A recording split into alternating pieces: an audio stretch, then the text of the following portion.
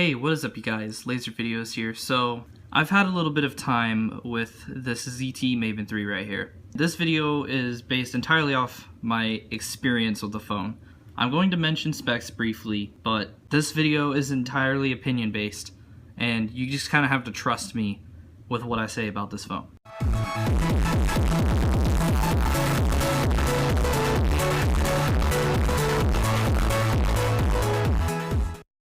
Alright, so let's get started with this review. I'm going to show you the specs first, just because I want to get this out of the way. So it has a 5-inch display, it's 480p, 196 ppi, TFT display. It has Dragon Trail glass, which I've never heard of before. It's scratch resistant, so that's good. 5 megapixel camera with LED flash. It records up to 720p HD, and the front facing camera is 2 megapixels. Now the processor is a Qualcomm Snapdragon 210, which is a 1.1 gigahertz quad-core processor. It has Adreno 304 graphics with 1 gigabyte of RAM. 5.6 gigabytes of user storage is actually kind of a lie. In my experience, I've only got like 3 gigabytes to use after installing the apps that I want on it. And not even that many apps, just like, 10 apps, like Twitter, stuff like that. But it does have a micro SD card slot up to 32 gigabytes, so I use a 32 gigabyte SD card, so that helps me a lot. So with the specs out of the way, let me talk about this phone.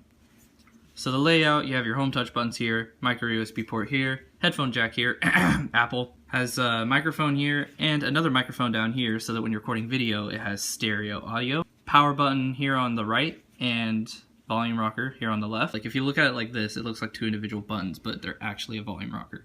You have your 5 megapixel camera here with an LED flash, and your 2 megapixel front facing camera, and an earpiece as well. And also you have a speaker down here, which a lot of people complain about a rear facing speaker because it's easy to muffle. But to be honest, I prefer a rear facing speaker than a side firing speaker, because when I hold my phone, I hold it sort of like this. And I'm not usually covering it, instead I'm kind of cupping around the speaker, so it technically actually makes it sound louder. The back is removable. It's kind of hard to take off. You feel like you're gonna break it. 2035 mAh lithium ion battery, micro SD card slot, and also your SIM card slot, which I don't have a SIM card in it because that would cause problems. So build quality, this phone feels really nice in the hand, and I have to say that, like, this is probably one of the nicest feeling plastic phones that I've held.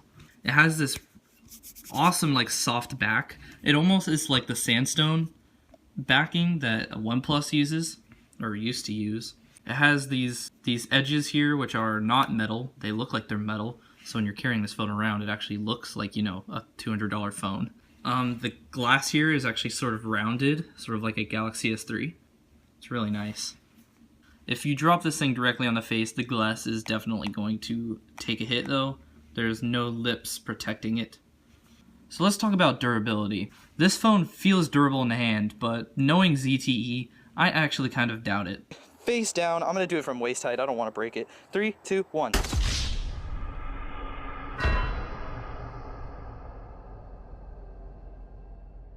And also something I've noticed with this phone, it's probably just mine doing this. When it takes sort of an impact, like if you drop it like on carpet, it reboots. Like,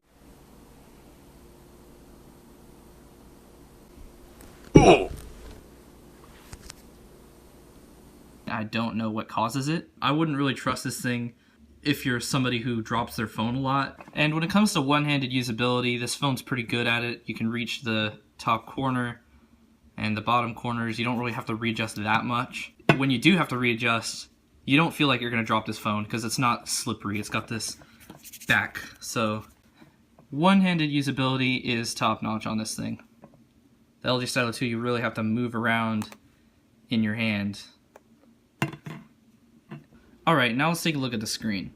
This is one of the huge downsides of this phone. The screen on this thing is just bad, alright? I don't know how else to put it. It's bad. First of all, 480p resolution on a 5-inch display. If I get close enough, you guys can definitely see how pixelated this thing is. That isn't even what bothers me. One of the things that really does bother me about this phone is how bad the color is on the screen.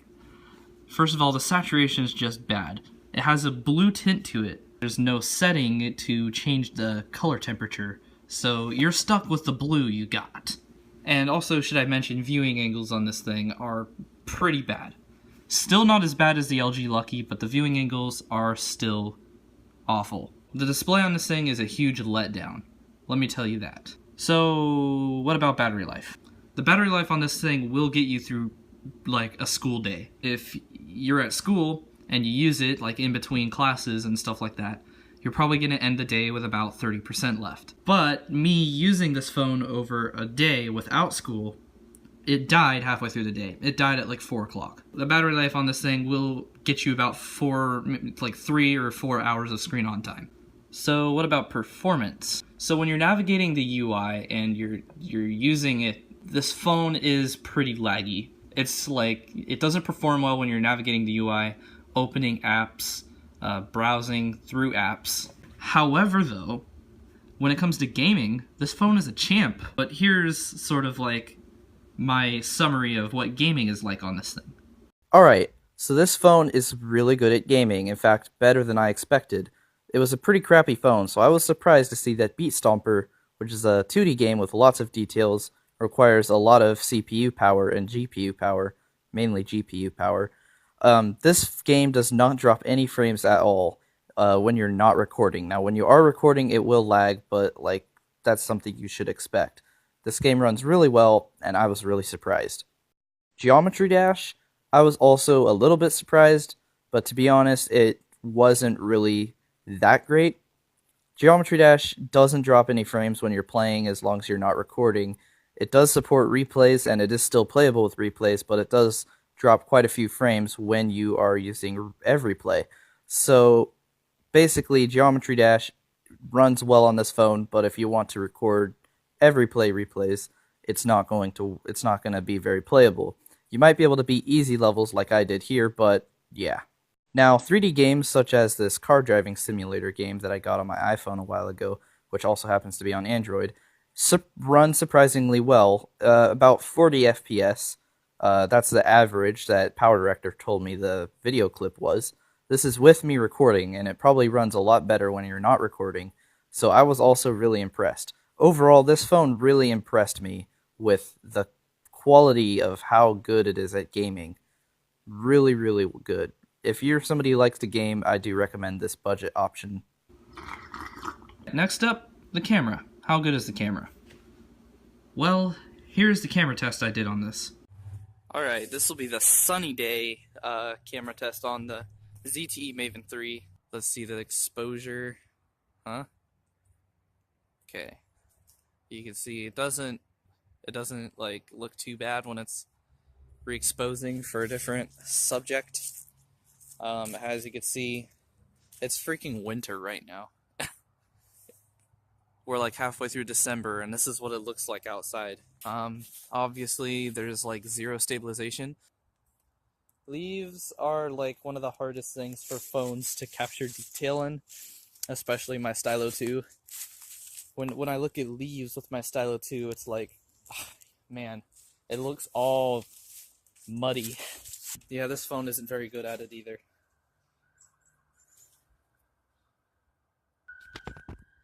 The depth of field on this camera is better than I expected, because when I look at the lens, it's just this tiny little dot. It's like a little dot. It's not it doesn't look like a lens at all. So I'm actually kind of surprised how good the depth of field is on this thing.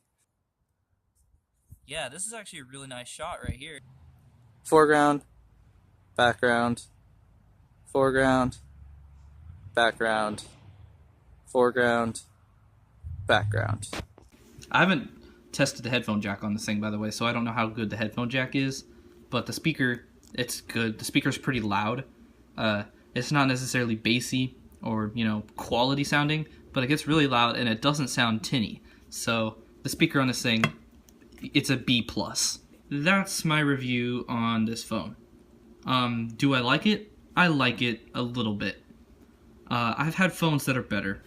Basically, this will be a good buy for $30. It makes a good spare phone, it makes like a good GoPro camera and whatnot, and it makes a good like burner phone. Like if you're gonna go somewhere and you feel like you're gonna break your phone or something, that's what this phone's good for. What I don't like about this phone is the screen, and that's pretty much it really. The screen is like the absolute deal breaker for me about this phone.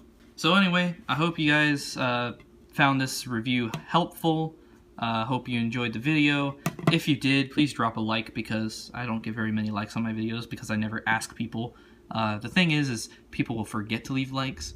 I've found that if I say please like the video, I get more likes. So anyway, please like the video. And if you are not already subscribed, I do recommend subscribing if you want to see more reviews on crappy phones. And if you like to see crappy phones get destroyed, also subscribe to my channel. Peace out.